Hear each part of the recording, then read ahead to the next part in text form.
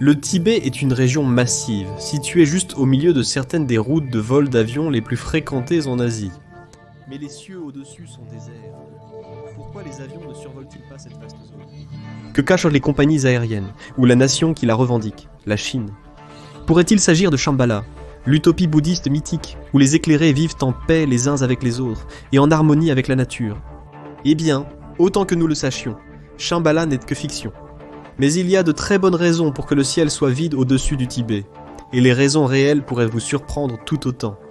Alors, plongeons et explorons la vraie raison pour laquelle les avions ne survolent pas le Tibet.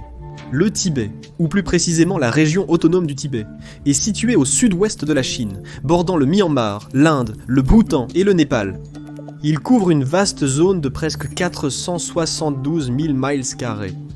Il est également connu comme le toit du monde car il est situé dans l'Himalaya et se compose presque entièrement de pics gigantesques et de plateaux.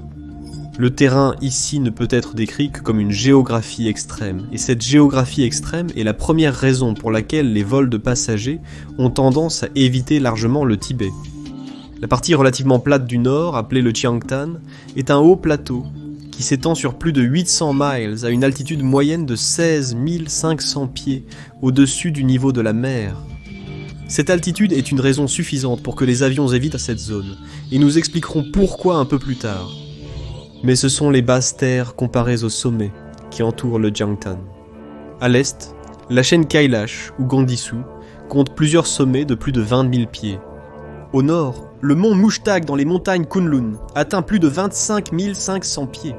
Les frontières occidentales et méridionales du plateau du Tibet sont formées par les puissants Himalayas, avec son sommet le plus élevé, le mont Everest, situé à la frontière Népal-Tibet, culminant à un peu plus de 29 000 pieds.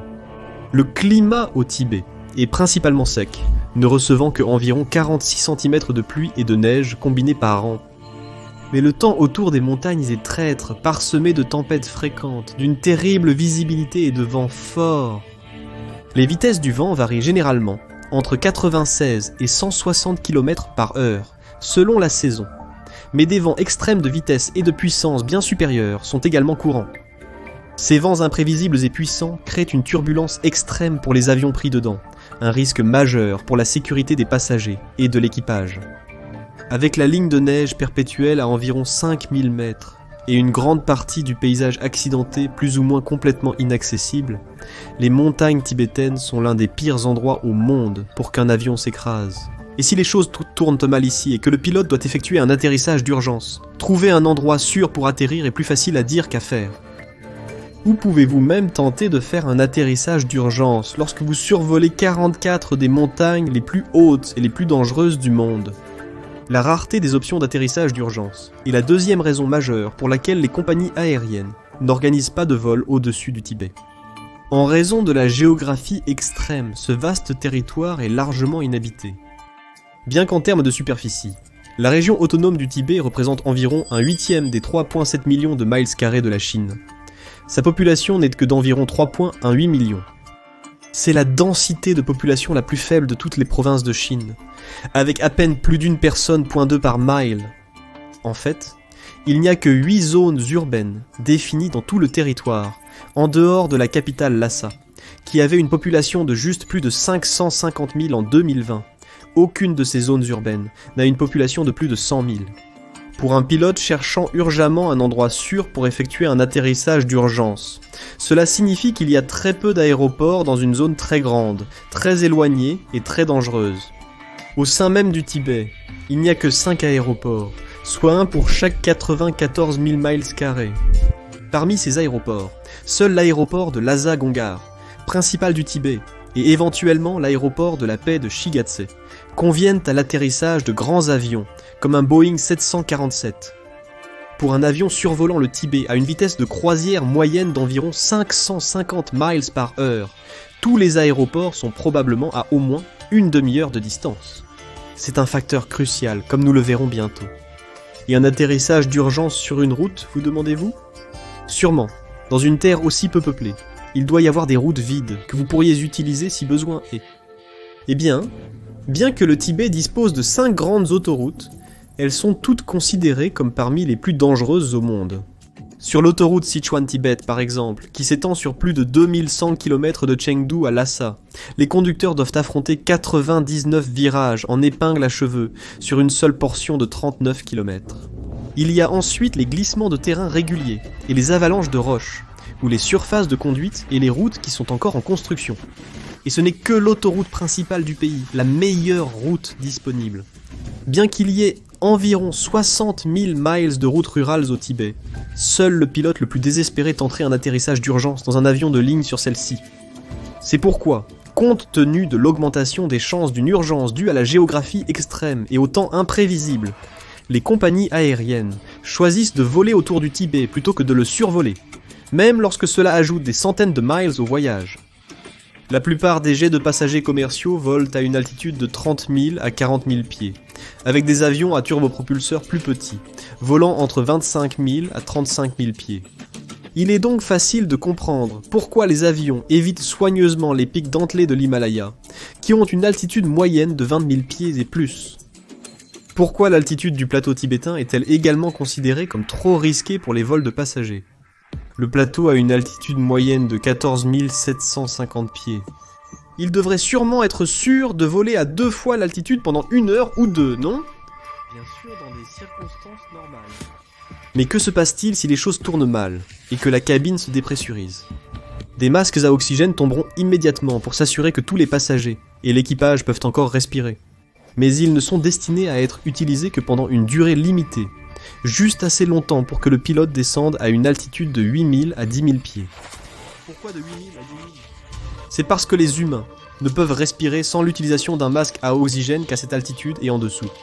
Bien que l'oxygène, dans certains masques à oxygène, de pilote et d'équipage, soit censé durer quelques heures, la plupart des masques à oxygène pour passagers sur les avions commerciaux n'ont suffisamment d'oxygène que pour 10 à 15 minutes. Dans la plupart des endroits sur Terre, c'est plus que suffisant pour que le pilote trouve un endroit pour descendre en toute sécurité à 10 000 pieds, ou de préférence pour atterrir. Mais quand il s'agit d'altitude et franchement de la plupart des autres choses, le Tibet est différent.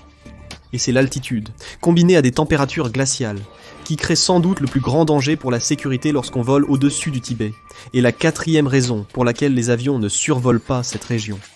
Mais d'abord, pourquoi les jets de passagers volent-ils à de si hautes altitudes ? Ils le font pour 2 très bonnes raisons. Premièrement, les avions volent plus vite à cette altitude. Plus vous montez, plus la pression de l'air diminue et plus l'air devient mince. Cela permet aux moteurs à réaction de produire plus de puissance et de se déplacer plus rapidement, car ils n'ont pas besoin de générer autant de poussées pour surmonter la résistance de l'air réduite.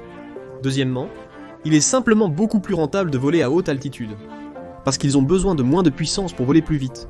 Les jets consomment également moins de carburant. Les moteurs à réaction modernes, aussi appelés turbofans, sont plus efficaces lorsqu'ils fonctionnent à leur limite maximale de révolution par minute ou de température d'échappement. Ainsi, voler à haute altitude dans l'air mince permet aux avions de voyager plus vite et de consommer moins de carburant en même temps. Sauf, c'est-à-dire, au-dessus d'un endroit comme le Tibet, où l'avion doit traverser non seulement de l'air mince, mais aussi de l'air glacial sur des centaines de kilomètres. L'air glacial crée le risque que le carburant d'avion gèle. Le carburant standard. Jet A a un point de congélation de moins 47 degrés Celsius, et le point de congélation du carburant Jet A, qui est plus courant aux États-Unis, est légèrement plus élevé à moins 40 degrés. Il est inhabituel d'atteindre de telles températures suffisamment longtemps pour geler le carburant. Rare, c'est-à-dire, sauf au Tibet où le risque est bien réel. C'est une autre raison convaincante pour laquelle les avions ne survolent pas le Tibet. Mais même si, en sachant tout cela, vous vouliez toujours prendre le risque et survoler le Tibet, vous risqueriez un grave incident international, et peut-être même que le vol soit intercepté ou abattu par l'armée chinoise. La Chine impose des restrictions très sérieuses sur les vols à destination et au-dessus du Tibet. Il y a des vols hebdomadaires de Katmandou au Népal à Lhasa, et environ 35 vols par semaine de villes chinoises à destination et en provenance du Tibet. Il y a aussi quelque part entre 40 et 100 vols par semaine entre les 5 autres aéroports tibétains. Mais à part cela, seules de très rares exceptions permettent tout trafic aérien commercial au-dessus du Tibet. Les raisons invoquées par les Chinois pour ces restrictions strictes ont principalement à voir avec les risques de sécurité dont nous avons déjà discuté. Ils disent aussi, à juste titre, que le Tibet manque de systèmes de navigation modernes, tels que les systèmes de positionnement global, les systèmes radio à courte portée, connus sous le nom de très haute fréquence zone omnidirectionnelle, et les systèmes d'atterrissage aux instruments. Cela rend difficile pour les pilotes de naviguer et de maintenir des altitudes sûres. Mais il y a aussi un aspect politique à ces restrictions. Le contrôle de la Chine sur le Tibet est controversé et n'est pas universellement accepté au Tibet, c'est donc un sujet sensible. En limitant l'accès international, même au point de limiter les vols au-dessus du Tibet, la Chine vise à empêcher que les tensions politiques et les éventuelles manifestations soient amplifiées par les médias internationaux et les visiteurs. Même sans restriction, le survol du Tibet serait improbable en raison de la géographie extrême, des conditions météorologiques, du manque d'options d'atterrissage d'urgence, de l'altitude et des risques de gel du carburant. Donc, si Shambhala est caché dans les montagnes tibétaines, il est peu probable que l'un d'entre nous le repère à travers la fenêtre lors d'un vol long courrier à travers l'Asie de sitôt. Y a-t-il d'autres facteurs que nous aurions pu manquer? Laissez vos pensées dans les commentaires ci-dessous et comme vous. Merci d'avoir regardé, prenez soin de vous.